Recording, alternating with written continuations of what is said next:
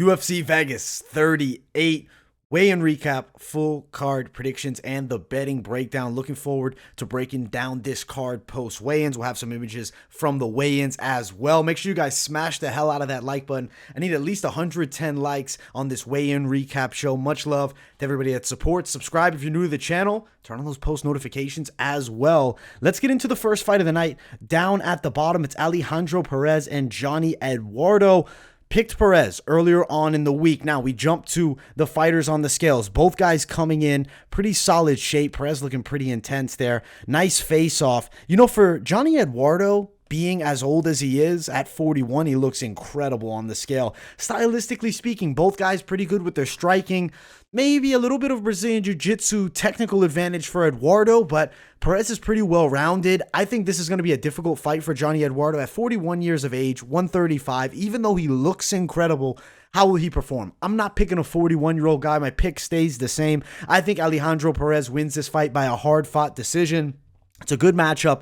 I think you're going to see some pretty good technical Muay Thai striking, lots of movement from Perez, definitely some good exchanges for both guys, but Perez should lead the dance winning this bout. The odds, Perez is a minus 227 favorite to plus 210. If you want to see the fight goes the distance prop, that definitely could be valuable. Over 1.5 is minus 160. I like that more so than the fight goes the distance. And then Perez and Eduardo, let's see, decision win for Perez is sitting at plus 250. Some big plus money if it goes the distance, but with a 41-year-old guy, don't know if I'd bet it. Like the over 1.5 more so, minus 160. Sticking with the original pick from earlier on in the week, I have Alejandro Perez to win.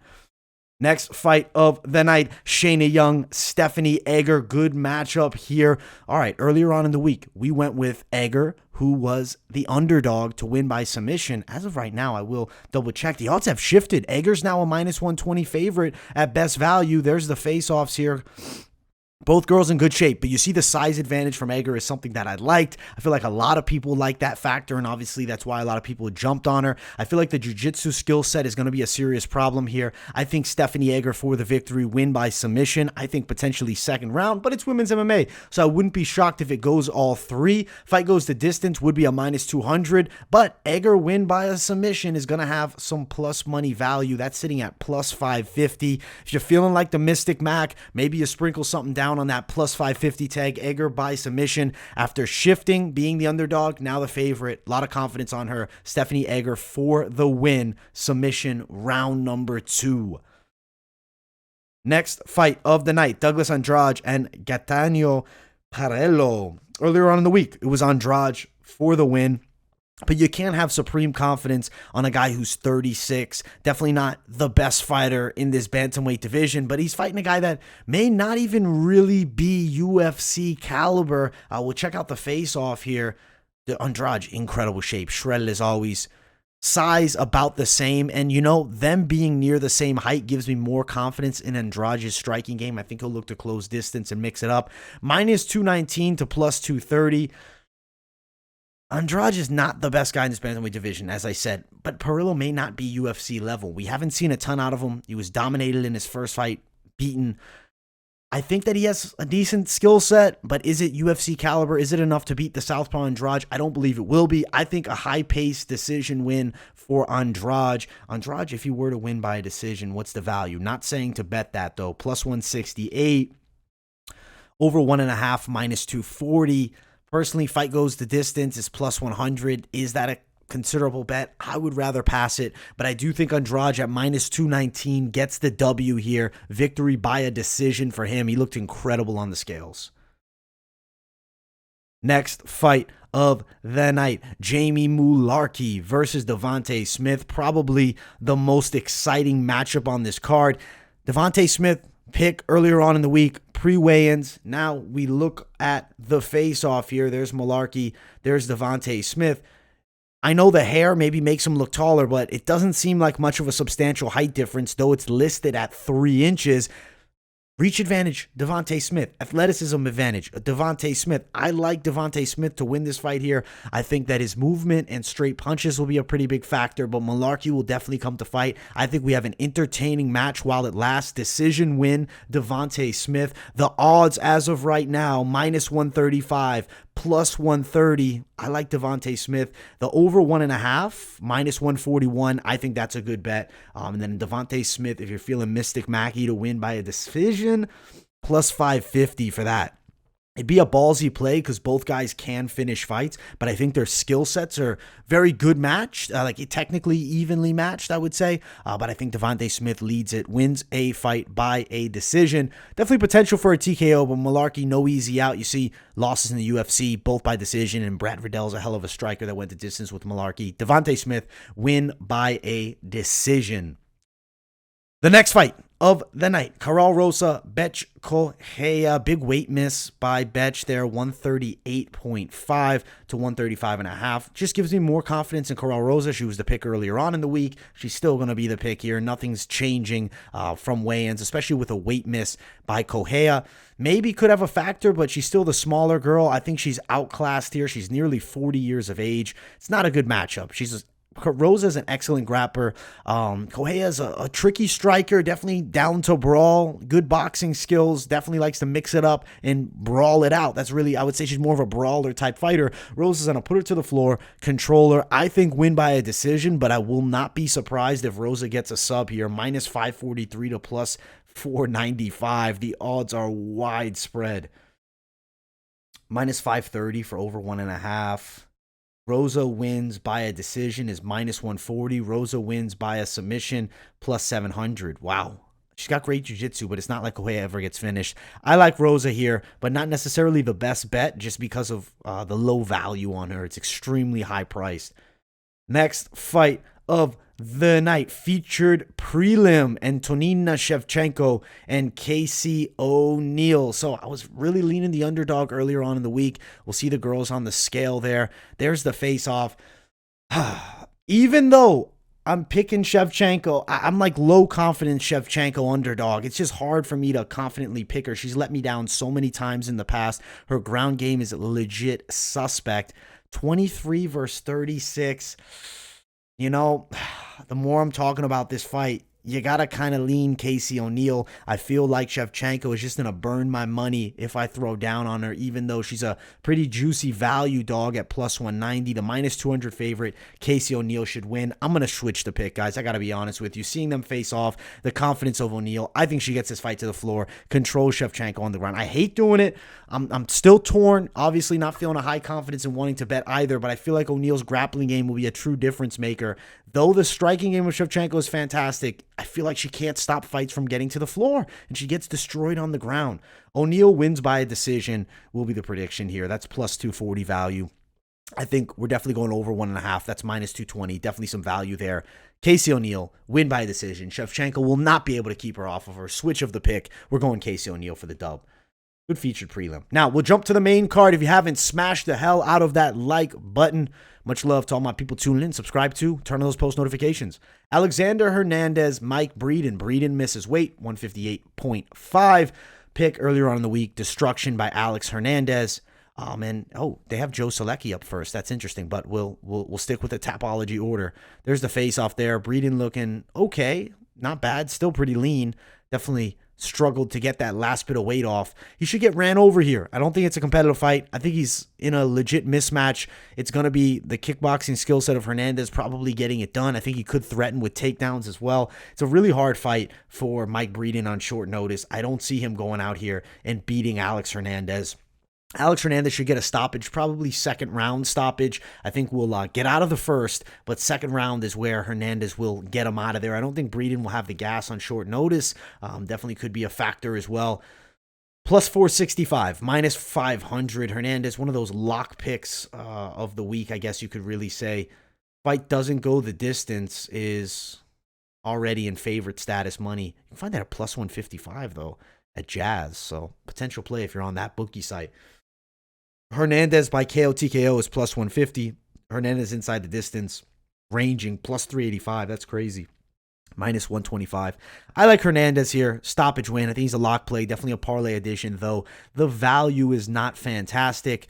under 2.5, minus 127 isn't terrible either. I think Hernandez gets the short notice replacement Breeden out of there without much trouble, to be 100% real with you guys. The next fight of the night, Joe Solecki and Jared Gordon. This is a legit interesting fight. I picked Solecki earlier on in the week. I feel that he has a well-rounded game that can lead him to victory, but goddamn, I'm nervous because Jared Gordon is no joke. The guy can box, he can wrestle. He's a tricky matchup for most guys at 45, though he's jumping up a weight class to 55 for this one. I think Solecki still can get it done. I'm not going to sway against him here. I think he wins a hard-fought decision.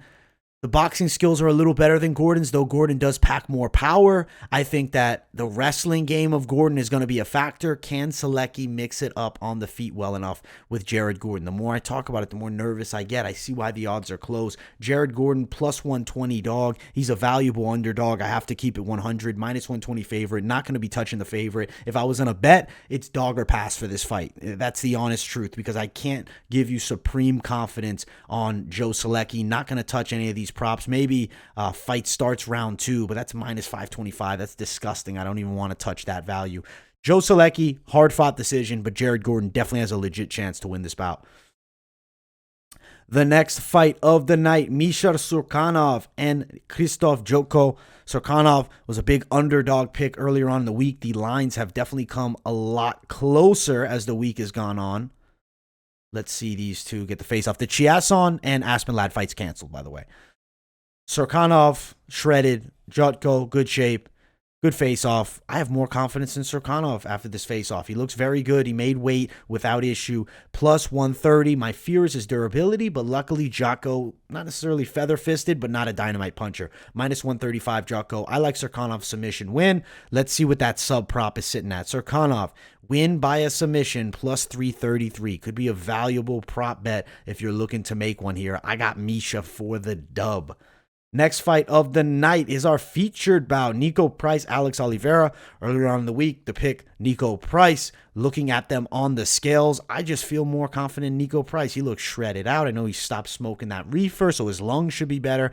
I think he's going to put a dominant display on Alex Oliveira, because Niko Price looked good against Michel Pereira, who's a different level than Oliveira striking. I think the grappling defense will be perfectly fine for Price against Oliveira. Stoppage win, though. I think third round KO, maybe even second round KO. I'm liking Niko Price inside the distance. I think he gets the KO here. I think he's going to sleep Alex Oliveira, who's not necessarily fading in the chin, but definitely taking some hard L's as of recent. Minus 167 Price, plus 167 Alex Oliveira. Let's see here. Oliveira. Price, KO TKO, plus 175. Price inside the distance, plus 130. Over 1.5, minus 141. Fight ends inside the distance, minus 188. It's expected to. I like Price, KO TKO. And I think second or third round for him here, and which should be a damn good fight. Super excited for this feature bout of the night tomorrow. My goodness, please tune into that. Like, holy shit. Co-main event, Kevin Holland and Kyle Daukaus. Good matchup here. Original pick, Kevin Holland, stoppage win. Let's look at the face-off there. You know, Kevin Holland's not looking fighters in the eyes normally. He's usually a lot taller than opponents. He does have a solid reach advantage still of 5 inches. You're going to see Daukaus look to wrestle, control, lay and pray. Holland's been really trying to improve his jiu-jitsu, or excuse me, his wrestling. His jiu-jitsu's already good. He's a black belt. If he can improve his wrestling and his get-ups from bottom, he's training alongside Johnny Hendricks. He's got his own eye. He calls it Hendrickston. I feel like Kevin Holland for the W, man. I think Kevin Holland gets a stoppage win against Kyle Daukaus. I think the boxing skill set's vastly superior. If there's takedown defense, he will piece up Daukaus and stop him inside of 2 rounds. KO TKO, Kevin Holland for the win. Second round, even first, has potential. Minus 154, plus 152. Kevin Holland, I like him to win this fight. I think he should put on a solid performance, as Holland is a devastating finisher when he is on his game. Fight ends inside the distance, plus 110. Holland, KO, TKO, plus 250. Imagine somehow Holland just wrestles the hell out of him, lay and pray style, shocks us all with an improved wrestling game. I don't think so. I think he's stopping the fight. Plus 250, Kevin Holland for the win. I like that minus 154 tag as well. I'm on Team Holland for the W. Stoppage victory. Should be a damn good fight. Main event of the evening. If you haven't, smash the hell out of that like button. Subscribe if you guys are new. It is Thiago Mareta Santos, Johnny Walker. Earlier on in the week, pick Thiago Santos. Now, there's some valuable assets to Johnny Walker. 82-inch reach, 6'6", questionable chin, but absolute dynamite striker. The man just throws crazy shit, and he lands crazy shit. He's got some awesome finishes. He looks in incredible shape here, but as does Thiago Santos. Intense face-off, respectable face-off. I'm really excited to see what happens between these two. Thiago's 37 years of age. Walker, 29. I am fearful that Thiago is on a serious decline, but he still had great moments against Glover Teixeira with real knockout power in his hands. I think he has better striking than Johnny Walker, though Walker, of course, has a crazy knockout chance. I'm going Santos knockout win in the first 2 rounds. I think first round, minus 145 Santos, plus 138 for Johnny Walker. You will be shitting your pants if you're betting this fight. What I would advise, under 3.5, lock, minus 270. Under 2.5, valuable, minus 165. The fight ain't going the distance. If the fight goes the distance, I'll be shocked here. Fight goes the distance would be plus 400. Fight ends inside the distance, minus 500. It's not going the distance here. The under is the play. Definitely going to be Santos, I believe, by KO, TKO. Both guys do have a knockout shot, though, and the lines reflect that. Plus 190 for Walker by KO. Minus, minus 105 for Santos by KO. I like Santos KO. Should be a pretty damn good fight. Can't wait to see it. And let's talk about some parlays. I'll give you guys some safety parlays to send you out on, and then we'll also do the Hail Mary as we always do. All right, so if I'm going to get a nice parlay going, you got to go Hernandez, Rosa. That's minus 255, right? So who else are you feeling? Do you want to play it on a riskier fight, women's MMA? I'll be honest, how often does a 41-year-old bantamweight win? Right there, minus 106. Perez, Rosa, Hernandez, valuable play. But if you're not feeling Perez, totally understandable. I wouldn't really blame you there. There's definitely some aspects to worry about. I think Niko Price. So Niko Price, Alexander Hernandez, Karol Rosa is a solid 3-fighter parlay that can give you some good plus 114 money. If you're feeling that supreme confidence, it depends if your bookie allows it. I know some of the bookies do not. If you could maybe get like an under 3.5 play, even that, minus 168 will give you good value. If you have a fight goes the distance, it doesn't go the distance, 159. Or you're feeling confident, Thiago Santos straight at the top, plus 250. Holland, maybe another play as well, but that'd be riskier. These are like some extra change. If you want an underdog in there, though, Cirkunov, plus 388 if you add him in. I think that's some good value. That would be more so the Hail Mary of the plays. Overall, sweet card, lots of fun fights, some decent bets that you can make. Make sure you tune in, UFC Vegas 38. Much love to all my supporters, everybody who tunes into all the videos. Like, subscribe, turn on those post notifications. Much love to all you guys, and I will see you all in the next video. Have a great night, everybody.